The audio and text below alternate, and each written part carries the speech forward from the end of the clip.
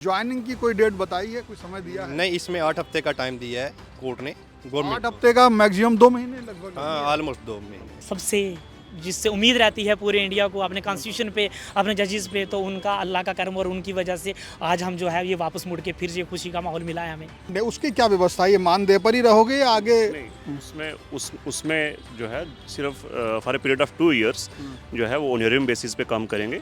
जम्मू कश्मीर के युवाओं के लिए आज सुप्रीम कोर्ट से एक बहुत ज़बरदस्त फैसला आया है। फैसला आया है उन युवाओं के लिए जो तालीम देना चाहते हैं, और इसी तरह की एक स्कीम जम्मू कश्मीर सरकार ने पहले लागू की थी। उसका नाम था रहबरे तालीम, जिसको शॉर्ट फॉर्म में हम RET कहते हैं। और उसमें बाद में 2018 में उस स्कीम को ख़त्म किया गया। उसमें कई लोग सेलेक्ट हुए थे, उसमें से कुछ लोग हमारे साथ हैं। सुप्रीम कोर्ट तक इन्होंने लड़ाई लड़ी, हाई कोर्ट गए, जम्मू कश्मीर हाई कोर्ट गए, वहाँ भी इनको न्याय मिला था, इनके पक्ष में निर्णय हुआ था। लेकिन सरकार चली गई सुप्रीम कोर्ट। तो सुप्रीम कोर्ट से इंतज़ार था। इनका मुकदमा जो लड़ने वाले हैं वो जाने माने नेता और बड़े वकील, वरिष्ठ वकील सलमान खुर्शीद हैं, जो पहले सांसद भी रह चुके हैं और कांग्रेस के लीडर भी रह चुके हैं। यूपी फर्रुखाबाद से सांसद थे वो। ये इनका है। अब समझते हैं कि ये पूरा मामला क्या है। कितने लोग हैं आप लोग?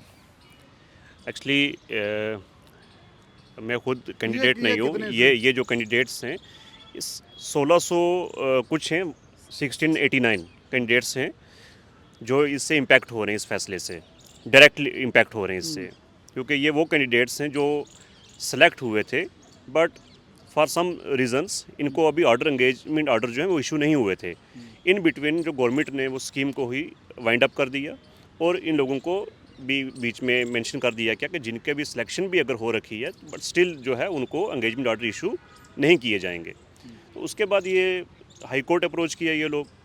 हाई कोर्ट से इनको रिलीफ मिली वहाँ, बट यूनियन टेरिटरी जो है जम्मू एंड कश्मीर की, वो सुप्रीम कोर्ट में आई।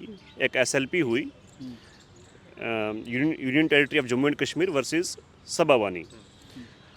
उस SLP के होने के बाद ये वहाँ पे पार्टी बने। इनके पार्टी बनने में इन्होंने अपनी पर्सनल SLPs की, और इन्होंने एडवोकेट जो हायर किया वो सलमान खुर्शीद जी को हायर किया।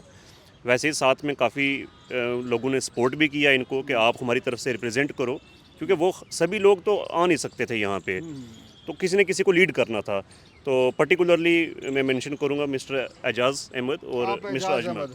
अजमल और एजाज।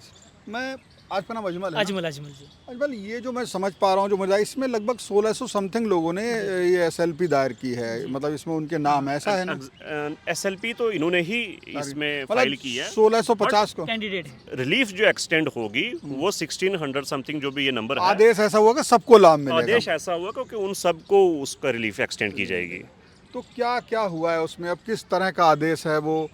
किस तरह से आपको रिलीफ मिलेगा? क्या उसमें पूरा कहा गया? एक्चुअली सबसे इम्पॉर्टेंट जो बात है इसमें कि उन लोगों को ये मिलेगा जो सिलेक्ट पैनल थे 2018 से पहले, जो सिलेक्ट पैनल थे लेकिन उनको एंगेजमेंट आर्डर नहीं मिला था, उनको मिलेगा। दूसरा ये बात कि जिन लोगों ने अप्रोच किया हुआ था कोर्ट में, किसी भी कोर्ट में जिन लोगों ने अप्रोच किया हुआ था, उनको इसका बेनिफिट मिलेगा। और तीसरा ये कि ड्यूरिंग सर्विसेज, जब आप सर्विस में अगर आज हमें एंगेजमेंट आर्डर दे देते हैं, तो आज के 3 साल के अंदर अंदर हमें NCT के जितने भी रूल एंड रेगुलेशन है या गाइडलाइन है, उनको हमने जो है वो पूरा करना। TET आपको करना है? TET क्वालिफाई करना है हमने 3 साल के अंदर अंदर। और उसके बाद हमें क्या मिलेगा कि TET जैसे हम क्वालिफाई करते हैं, उसके 2 साल बाद हमें क्या मिलेगा, जो सीनियरिटी, जो जितना भी नोशनल बेनिफिट है वो हमें मिलेगा और रेगुलाइजेशन मिलेगी। ये सीनियरिटी का आंकलन कब से होगा, मतलब काउंट कब से की जाएगी? आप ज्वाइनिंग डेट से या जब पैनल बने हैं हमारे, जिस दिन हमारे पैनल बने हैं, सिलेक्ट लिस्ट हमारी जो कब तैयार बने हैं पैनल? ये किसी का 2010 में बना है, किसी का 2011 में बना है, मतलब किसी जो भी बना, ये नहीं कि अब रेट्रोस्पेक्टिव फैक्ट से हम कह सकते हैं,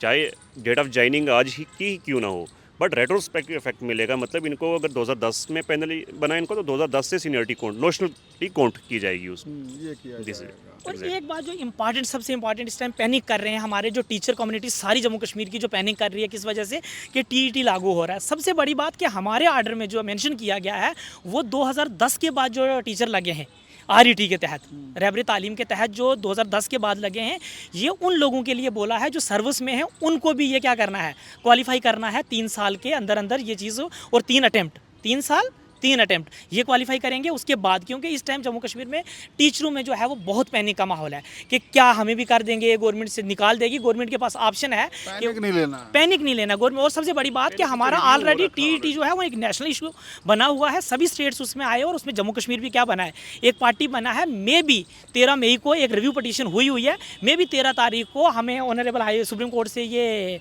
पूरी उम्मीद है कि हो सकता है टीईटी के लिए लेके कोई वो अच्छा डिसीजन ले और हमें भी ना करना पड़े। अगर करना पड़ेगा तो वो भी अच्छी बात है, हम करने के लिए भी तैयार हैं। शिक्षा की कहीं ना कहीं बेहतरी के लिए आर्टिकल एक चीज़ हम और कहते हैं इसमें, जो सबसे बड़ा सवाल, कई बार आदेश होते हैं लेकिन सबसे बड़ा आदेश ज्वाइनिंग कब तक करनी है। क्या नाम बताया था आपने? एजाज अहमद। अच्छा, ज्वाइनिंग की कोई डेट बताई है, कोई समय दिया है? नहीं, इसमें 8 हफ्ते का टाइम दिया है कोर्ट ने, 8 गवर्नमेंट हफ्ते का, मैक्सिमम 2 महीने लगभग। हाँ, ऑलमोस्ट 2 महीने। 2 महीने के अंदर में अंदर आप लोग टीचर वापस हो जाओगे। जी जी। पहले ज्वाइन कर चुके थे या ज्वाइन करने से पहले हटा दें? हाँ, पहले ये कर दी थी स्कीम, जो 2018 में ये स्कीम कर दी थी इन्होंने, क्लोज ही कर दी थी। उसके बाद सबसे जिससे उम्मीद रहती है पूरे इंडिया को अपने कॉन्स्टिट्यूशन पे, अपने जजेस पे, तो उनका अल्लाह का करम और उनकी वजह से आज हम जो है ये वापस मुड़ के फिर ये खुशी का माहौल मिला है हमें। तो ये पुंछ से, आप लोग तो दोनों पुंछ से हो, तो उधर से लेके कश्मीर तक काफ़ी स्टूडेंट होंगे। बहुत कश्मीर के, और ज़्यादातर कश्मीर के, जम्मू के अलग अलग डिस्ट्रिक्ट्स के लोग हैं जिनको ये, और सबसे बड़ी बात कि गरीब लोग थे जिनको इस टाइम उम्मीद, और हमारे बहुत सारे ऐसे लोग हैं जो अवरेज हो चुके हैं। अच्छा, एक सवाल ये रहता है कि मतलब कई बार चूँकि आप लोग मानदेय पर हैं, वेतन जो है आपका भी परमानेंट है, उसकी क्या व्यवस्था है? ये मानदेय पर ही रहोगे या आगे? नहीं, उसमें जो है सिर्फ for a period of 2 years जो है वो ऑनरियम बेसिस पे काम करेंगे। आफ्टर 2 इयर्स जो है ये इनको अब्जॉर्ब किया जाएगा as a general line teacher. तो उसमें जो उनकी सैलरी होगी, जो पे स्केल उस वक्त होगा, उस वक्त मतलब as a general line teacher जो पे स्केल बनता होगा तो उसी के अकॉर्डिंगली सैलरी होगी। चलिए, आप लोगों को बधाई, और सुप्रीम कोर्ट के निर्देश इसी तरह से हमें न्याय मिलता रहे, युवाओं के चेहरे पर खुशी आती रहे, और ये लोग जो हैं अब टीचर हो जाएंगे। शायद कभी क्लास में पढ़ाने नहीं गए उस समय पहले, लेकिन बधाई आप लोगों को। तो ये निर्णय है सुप्रीम कोर्ट से।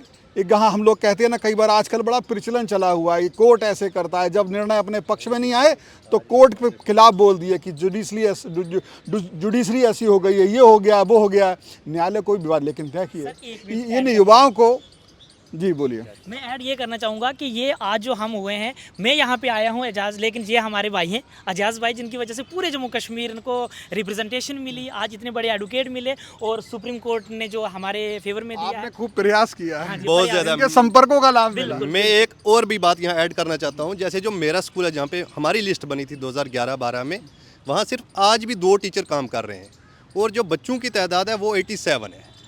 और वहाँ मैं ओवर टाइम से उन बच्चों को जो है सब्जेक्ट देता रहा हूँ, ताकि हमारे बच्चे कहीं सफ़र ना हो। अच्छा, ये ग्रामीण क्षेत्रों के बच्चे ज़्यादा होंगे? जी जी हाँ, ग्रामीण के, उनके लिए आप लोग जी जी जी। तो ग्रामीण, कई बार हमने देखा, जो आ गई बात तो बता दूं, मैं यूपी बिहार यहाँ भी देखता हूँ, ग्रामीण क्षेत्रों में बड़ी शिकायतें आती हैं। टीचर बन गए, सरकारी नौकरी मिल गई, उसके बाद जा ही नहीं रहे पढ़ाने। वही तो चेंज करना है। वही अब हमने जो है चेंजिंग लानी है, इसलिए हम टीईटी के लिए भी प्रिपेयर हैं कि हम टीईटी क्वालिफाई करके बच्चों को जो आज के वक्त की तालीम है वो देंगे। हमने एक बार भी नहीं बोला कि हम टीईटी नहीं करेंगे। अच्छा, एक चीज़ मैं आपसे और पूछूंगा कि क्योंकि कई बार हमारे देश में बहुत तरह की चर्चा होती है, क्योंकि रहबरे तालीम का नाम रखा गया है, तो ये बता दूं, कई लोग समझते हैं केवल मदरसा शिक्षा है ऐसा कुछ, तो ये किस तरह की तालीम होगी, जब क्लियर कर दीजिए। ये स्कूलिंग है बिल्कुल जैसे नॉर्मल, जैसे सीबीएसई। मैं इसमें just because it sounds like an Urdu thing, इसीलिए तो दैट्स व्हाई आपको लग रहा है कि इसमें मदरसे का। कई लोग, जब मैं चलाऊंगा तो रहबरे तालीम, तो मैं उसको क्लियर कर देना चाहता हूँ। Rehbar Taleem just means